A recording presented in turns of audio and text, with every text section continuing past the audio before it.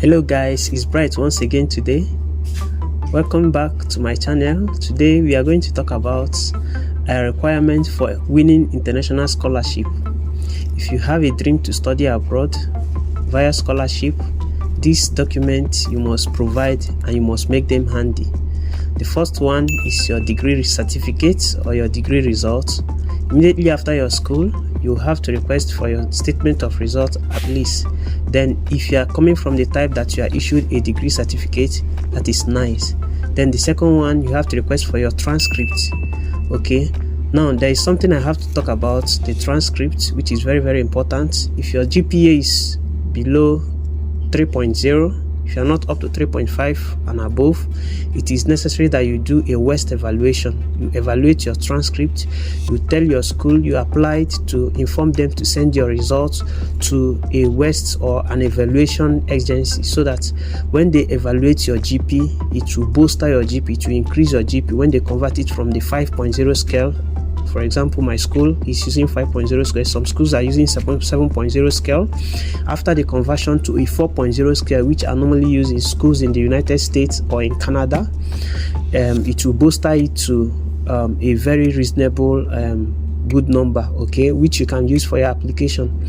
Now the next thing is you have to meet your professors from where you are coming from.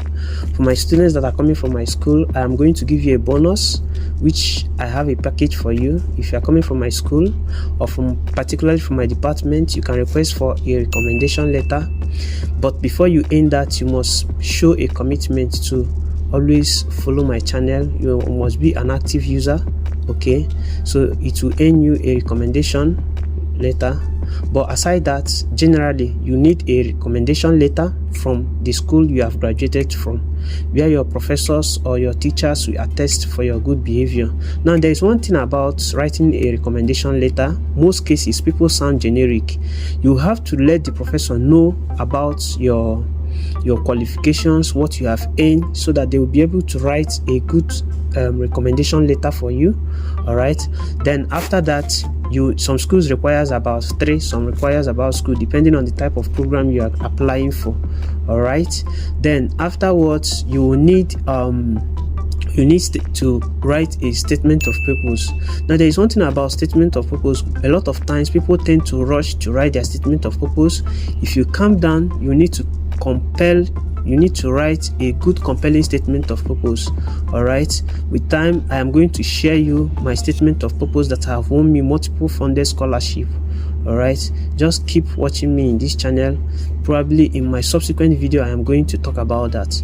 Then you write your statement of purpose or your personal statement stating about things that has aided you right from the time you have been here in Nigeria, that acts as a motivation to where you want to be. Okay, some schools will insist on statement of purpose, some will talk about the personal statements. All right, there is a little difference between them. Probably in my next video or in my subsequent video I will also talk about that.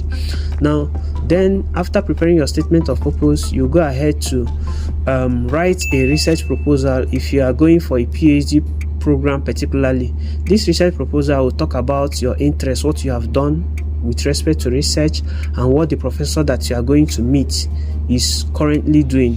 There should be a sort of an alignment between what you are doing and what the professor is doing, so that when you could email them, you tell them about your experiences. If you have a publication, it's usually optional.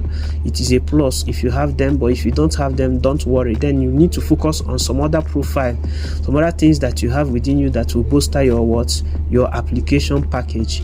All right, then afterwards you have a GRE. If you are targeting schools in Europe or in United States, Canada and the rest, you have to write a GRE. A GRE is a standardized test, just like GMAT and some other likes and the likes of them. Okay, it is necessary you write them. It comprises of 3 parts. You have the quant section, the verbal section, and the analytical writing. Each and every one of the section is meant to test your ability. Now there is one thing about this GRE. Not all schools requires that. Some schools waive them.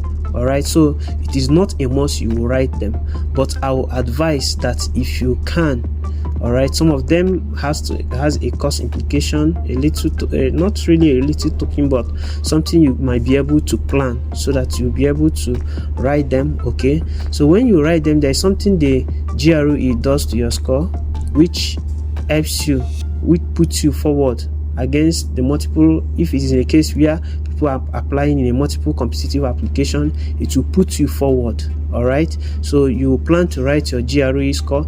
And another thing is, some persons that schools in an advanced country like the United States, probably they did their bachelor's or they maybe they did their high schools and the rest, they don't normally bother about writing it because some of them are coming from a renowned institution. But you coming from Africa, there is a way to access your university, or possibly the grade that you are coming from. One of them is through your GRE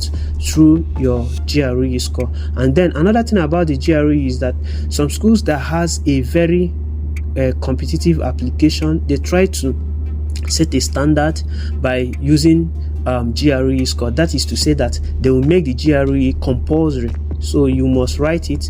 The ones that put it compulsorily, they use it for the initial screening.